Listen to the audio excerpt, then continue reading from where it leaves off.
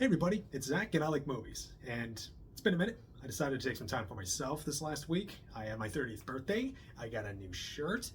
I started watching The Sopranos, and over the weekend, I finally watched today's movie, the new movie from Emerald Fennell, Saltburn.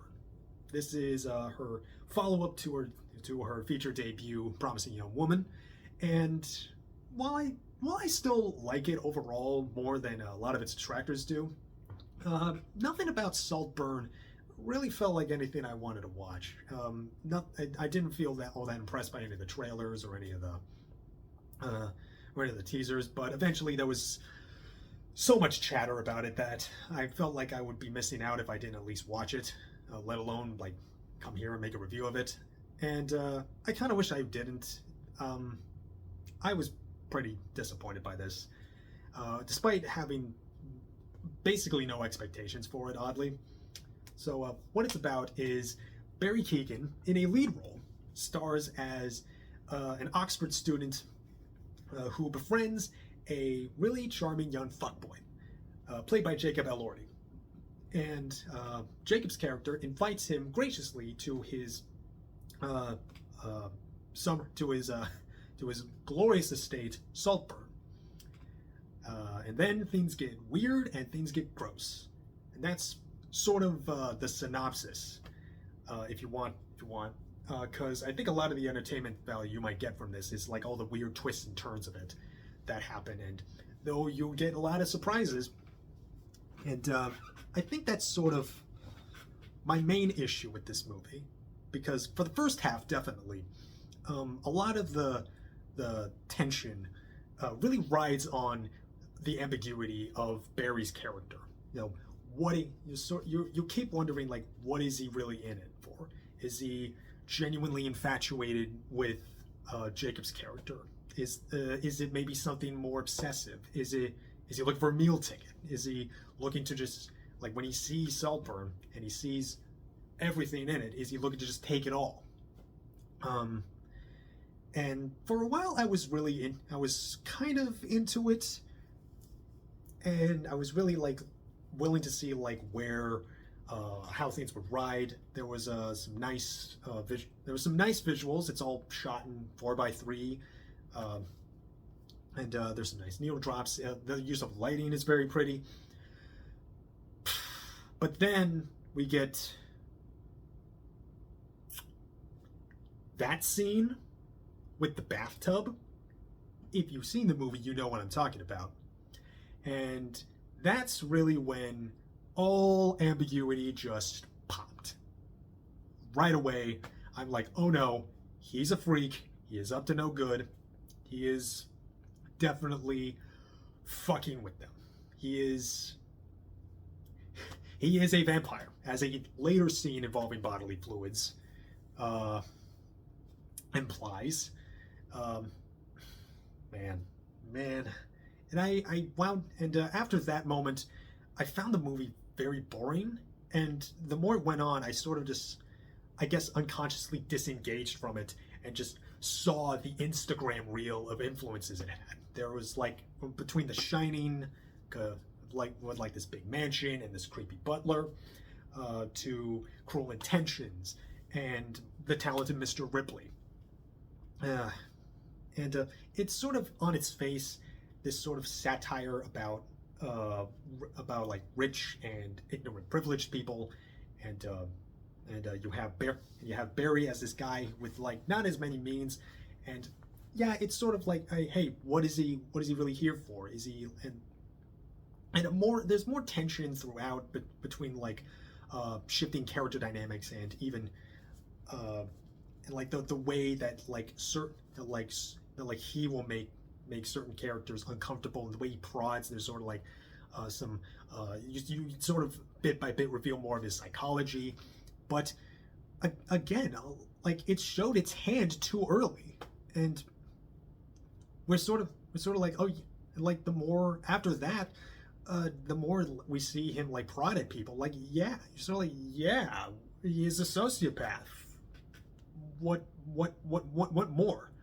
And it's sort of weird to say that, like, what more, because like again, with the reveals that happen, we sort of like we do get more about like what he's doing and why is he doing it, but like to what end? I feel even the ultimate, even like with the ultimate, the conclusion of it, I guess it's sort of like I am like what up? It's sort of like, okay, he said, okay, there was like a conclusion to it, but like what of it? I guess it felt pretty, it felt kind of empty, really. And like what with all these influence, with all these like and it's not that having all of these various things it's pulling from, be it literary and other film references. It's not that that in and of itself is bad. I tend to enjoy movies that wear their influences on their sleeve. But I think my problem with Saltburn is that they don't really do anything unique with do anything unique with its references. It doesn't do anything all that new with them either.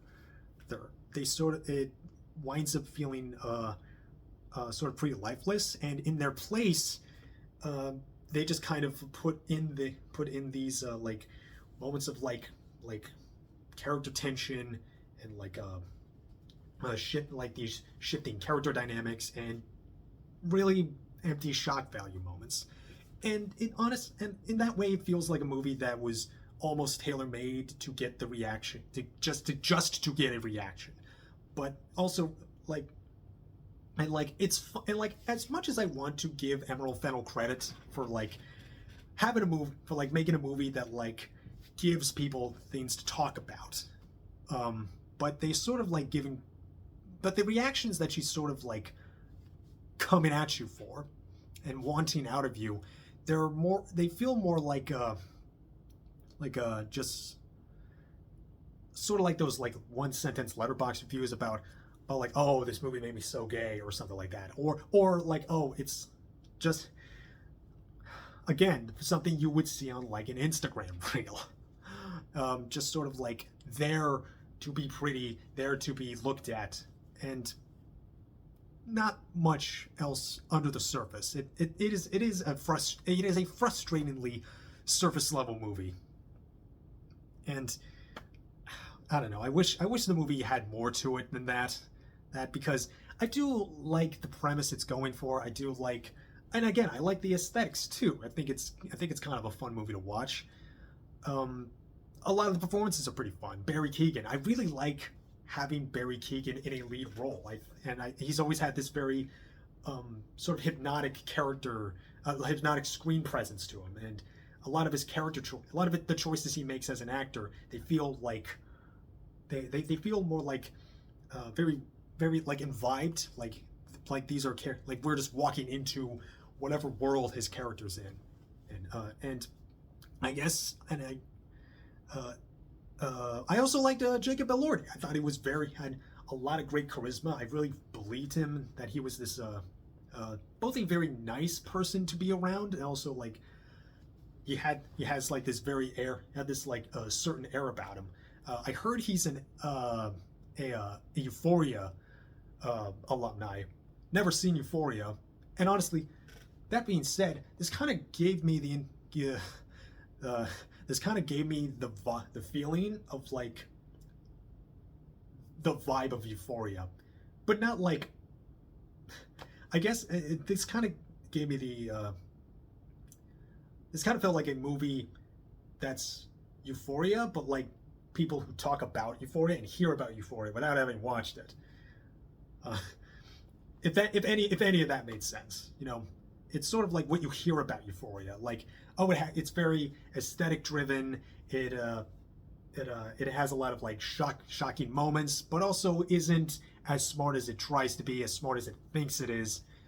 And I guess I've heard some comparisons to Sam Levinson, at least stylistically and like even as a writer to Emerald Fennell. Rosamund Pike was fine, but her character felt much more like a cartoon, which, if more of the things she said was funny, made me laugh, I wouldn't have minded. Richard E. Grant's in it too.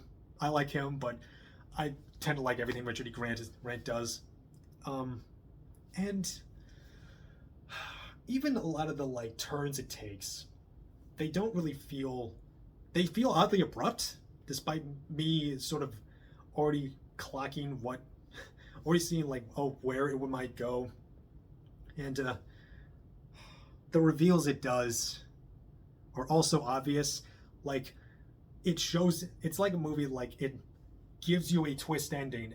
It's a movie that like gives you a twist and then like shows what led up to that twist. But like when you show me your hand, when you show me like a winning hand, you don't need to then show me the hand again and explain card by card how you got there. Like, obviously I know, obviously Barry Keoghan, the villain performance of the year, of the decade, with the killing of the sacred deer, is obviously was a manipulative bastard. Like, it is not a shock that he was pretending to type on his laptop. It's not that deep, guys. But yeah, I found this movie sort of halfway interesting until it stopped being, and pretty to look at, but also sort of with not a lot of meat on its bones. And I'm feeling kind of like I'm feeling a little lost for words for this, because I sort of want to root for it, but not nearly. But like, I liked Promising Young Woman more than this, because I felt like more emotionally invested. I don't feel disengaged with that one like I did with Saltburn. And as much as I want to give credit where it's due for like giving audience members